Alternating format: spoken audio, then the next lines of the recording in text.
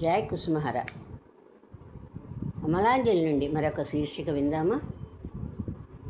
ముందు తొలుత ప్రార్థన. ప్రభు, బిడ్డ దారి తప్పిపోకుండా తల్లి ఎలా పట్టుకొని నడిపిస్తుందో అంతకంటే ఎక్కువగా తండ్రి నీవై మమ్ములను పట్టుకొని మేము పెడమార్గాన పడిపోకుండా నడిపిస్తున్నావు. ప్రభు, నీ దయ అపారం. నీ నామం స్మరిస్తూ శాంతి ఆనందాలు అనుభవిస్తూ ఉండటం కంటే మించి కావలసింది లేదు ప్రభు.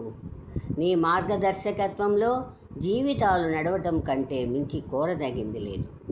జగత్తులోని సర్వసుఖాలు ఆనందాల కంటే మించిన సుఖానందాలు నీ సన్నిధిలో ఉన్నాయి ప్రభు. నీ సన్నిధిలో, నీ నామస్మరణలో, నీ మార్గదర్శకత్వంలో జీవిస్తూ ఇలాగే అంతమైపోవాలి. ఇంతకంటే మించి ఈ జీవికి కావాల్సింది ఏమీ లేదు. నీ వాడనై నీ సేవలోనే జీవించి ఇలాగే నీ శాశ్వతానంద ధామానికి చేరుకోవాలి ప్రభు. జై కుసుమహర.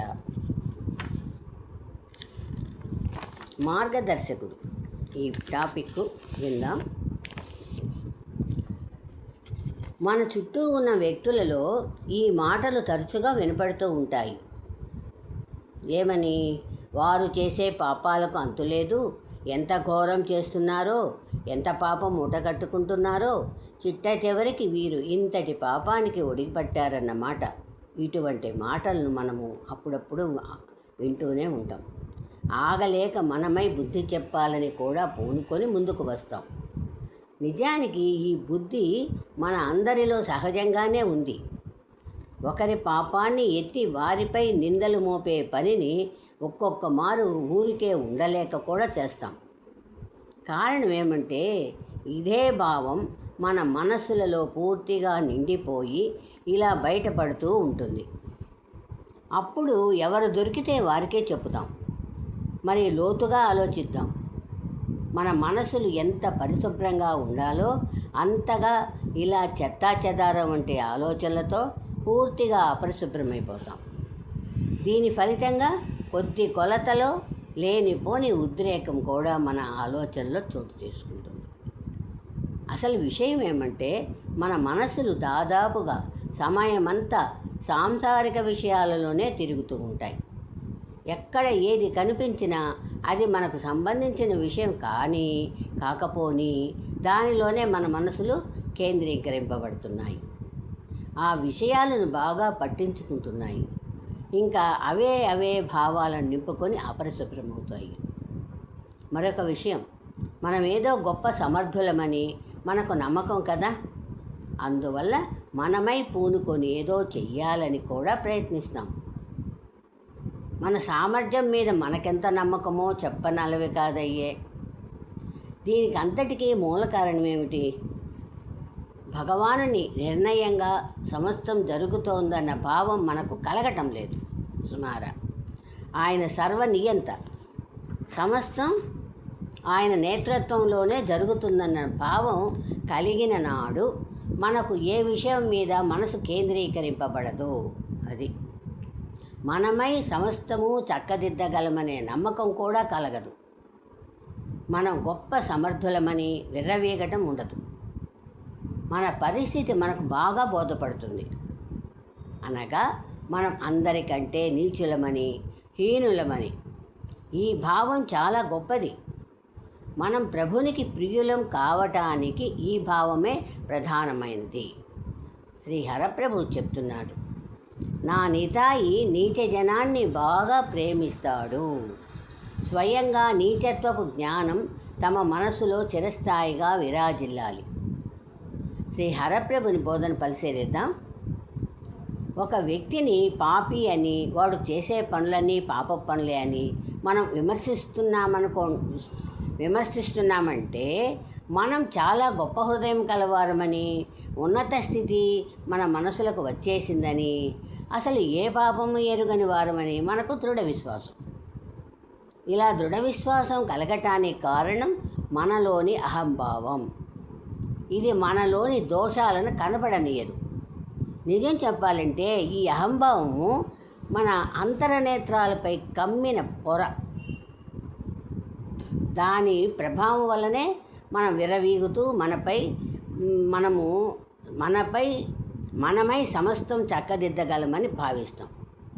ఇందువల్ల ప్రభుని వైపు కూడా చూపు తిప్పం. మన ప్రభువు సర్వసమర్థుడు. జగత్తులోని సర్వక్రియలు ఆయన దృష్టిలోనే జరుగుతున్నాయన్న భావం కలిగి ప్రభుని దయతో మన లోపలి కండ్లకు పట్టిన అహంభావ పొరకు తొలగితే మన మనసులకు పట్టిన ఈ మురికి భావాలు తొలగటానికి అవకాశం వస్తుంది. మనం అహంభావంతో ఎంతటి ఘోర పరిస్థితులకు దిగజారామో తెలుస్తుంది. క్రమంగా మన నీచత్వం మనకి గోచరించగానే మనం స్వయంగా నీచులం అని స్థిరపరచుకుంటాం. ఈ భావమే మనకు ప్రభుని ప్రేమను అందజేస్తుంది. ఇందుకే హరప్రభు చెప్తున్నాడు, స్వయంగా నీచత్వపు జ్ఞానం తమ మనసులలో చిరస్థాయి రూపంలో విరాజిల్లాలి అని. అనగా మన మనసులలో మనం నీచులం అనే భావం శాశ్వతంగా నిలవాలి. ఇలా జరిగిందా మన జన్మలు ధన్యమైనట్లే. ఇక ఎవరిని విమర్శించటం కాదు, అసలు అసంబంధమైన వాసనలు కూడా మన జోలికి రాదు. కుసుమహర. అసలు ఆ సంబంధమైన వాసన కూడా మన జోలికి రాదు. ఇప్పుడు మనకు కావాల్సింది ఆచరణ. ఇందుకు మనం ఏం చేయాలి? అనుక్షణం నామస్మరణను బాగా రటన చేయాలి. సర్వసమర్థుడైన ప్రభునిలో మన మనసులు నిలిచే వరకు నామం చేయాలి. ఈ నామస్మరణతో పాటుగా మనం అందరికంటే సమస్తం కంటే నీచులమనే జ్ఞానాన్ని పూర్తిగా పెట్టుకోవాలి. ఇందుకై సమస్తం కంటే నీచమైనదేదో దాన్ని మన కళ్ళ ఎదుట నిలుపుకోవాలి. మరి అంతటి నీచమైనది ఏది? శ్రీ హరప్రభు చెప్తున్నాడు, మట్టి సమస్తం కంటే నీచమైంది. అందువల్ల అన్ని రకాల ఉన్నత రతనాలకు జన్మభూమి అయింది. ఎవడు ఎంత నీచుడో ప్రభుని దృష్టిలో అతడు అంతటి ఉన్నతుడు. ఇప్పుడు మనం ఆలోచిద్దాం, మనం ఎంతగా వెనకబడి ఉన్నామో, ఎంతగా మారాలో. మట్టి సమస్తం కంటే నీచమైంది, ఇక అంతకంటే నీచమైంది లేదు. మట్టిలో ఎక్కడ అహంభావపు విర్రవీగుడు లేదు. కనుక ప్రభువు బోధించిన విధముగా మట్టినే మనం ఆదర్శంగా తీసుకుందాం. ప్రభుని నామం బాగా చేసుకుందాం. అయితే మనకు ఒక ఇబ్బంది వస్తుంది. మనం సంసారంలోనే ఉంటున్నాం కనుక సంసారంలో జరుగుతున్నది ఏ కొంత అయినా మన కళ్ళకు కనపడక మానదు. మనలో ఉద్రేకం, అహంభావం రేపగల పరిస్థితులు మనకు ఎదురురాక మానవు. ఇక మనం ఆది నుండి నడిచిన నడత కానీ మన స్వభావం కానీ ఒక్క మారుగా మారిపోదు. అటువంటి పరిస్థితులలో ఒక్క మారు మనలో మనమే అవలోకించుకుందాం. మనకంటే సర్వులు ఉన్నతులే అని, నాలోనే నీచత్వమంతా ఉన్నదని బాగా తలుచుకుందాం. మన ప్రభుబోధని బాగా మననం చేసుకుందాం. అలా ఆచరించడానికి పూనుకుందాం. ఇంతేకాదు, ప్రభుని దగ్గర ప్రార్థించుకుందాం. ప్రభు, నాలో నీచత్వపు జ్ఞానాన్ని శాశ్వతంగా నిలుపు. ఇలా అనుక్షణం మన మనసులను అహంభావపు బురదలో పడనీయకుండా బదిలపరుచుకుందాం. ఈ మార్గంగా ఆచరిస్తూ ప్రభువునికి ప్రియులం కావటానికి ప్రయత్నిద్దాం. ప్రభువే చెప్తున్నాడు, ఎవడు ఎంత నీచుడో ప్రభుని దృష్టిలో అంత ఉన్నతుడు అని. దయామయుని దయతో మనకు ఆ స్థితి రావాలి. మట్టి అన్నిటికంటే నీచమైనది కనుక అన్ని రకాల ఉచ్చరతనాలకు జన్మభూమి అని ప్రభువు చెప్పినట్లే మన మనసులు అంతగా నీచమై అత్యున్నత దైవీ గుణాలను అనబడే రతనాలను పొందుపరుచుకోవాలి.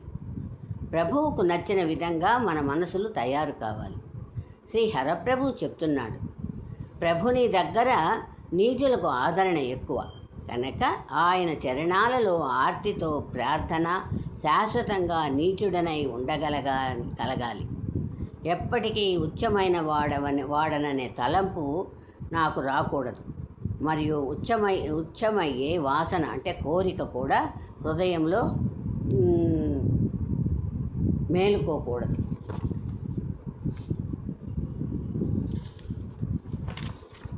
ప్రభువు అంత గొప్ప దైవీ గుణాన్ని అలవర్చుకునే విధంగా ఎలా నేర్పుతున్నాడో చూడండి. ఆ నీచత్వపు భావం ప్రభుని ఆదరణను మనకు అందచేసేటంతటి గొప్ప శక్తి కలది. కనుక మనలో ఈ భావం నిండి తీరాలి. దానికి మనం ఎంతైనా కృషి చేయాలి. మన కృషితో పాటు చరణాల దగ్గర ఆర్తితో ప్రార్థించాలి. ప్రభువు, నాకు ఈ అహంభావపు బురద అంటకూడదు. ఇది నీ ప్రేమను నాకు అందకుండా చేస్తుంది. ఎప్పటికీ నేను ఉన్నతమైన వాడననే తలంపు రాకూడదు. ఔన్నత్యం పొందాలన్న కోరిక కూడా నాలో కలగకూడదు అని ఇలా ప్రార్థించమని ప్రభువే స్వయంగా నేర్పుతున్నాడు. ప్రభునికి మన ఎడల ఎంత దయ ఉన్నదో, ఎంతగా ఉద్ధరించాలన్న తపన ఉన్నదో, ఇంతేకాక తాను స్వయంగా ఆచరించి చూపాడు. నాయనా, నేను హతభాగ్యుడను, నేను ఉద్ధరింపబడే ఉపాయమే లేదు, నాకు దిక్కు మీరే, నన్ను మరువకండి, ఇలా అనేకమైన లేఖలలో రాశాడు. అదే మనకు ఆదర్శం. సాక్షాత్తుగా ప్రభువే తనను గురించి అలా రాసుకుంటే మనం ఇంకా ఏం చూసుకొని విర్రవీగాలి? మనం ఏమాత్రంగా సామర్థ్యం కలవారము? కనుక మనం ప్రభుని బోధ ఆచరణలోకి రావటానికి అనుక్షణం ప్రార్థిస్తూ ఆ మార్గంగా మనం నీచులమనే భావం నిలుపుకొని ప్రభుని ప్రేమాదరణలను పొందుదాం. ప్రభుని దృష్టిలో మనం ఔన్నత్యం పొందుదాం. ప్రభుని వారమై జీవిద్దాం. మన ప్రభుని బిడ్డలు ఇటువంటి వారు అని లోకం తెలుసుకునేలా జీవిద్దాం. ప్రభుని వారమై అంతమైపోదాం. జై శ్రీ కుసుమహరనాథ్కి జై.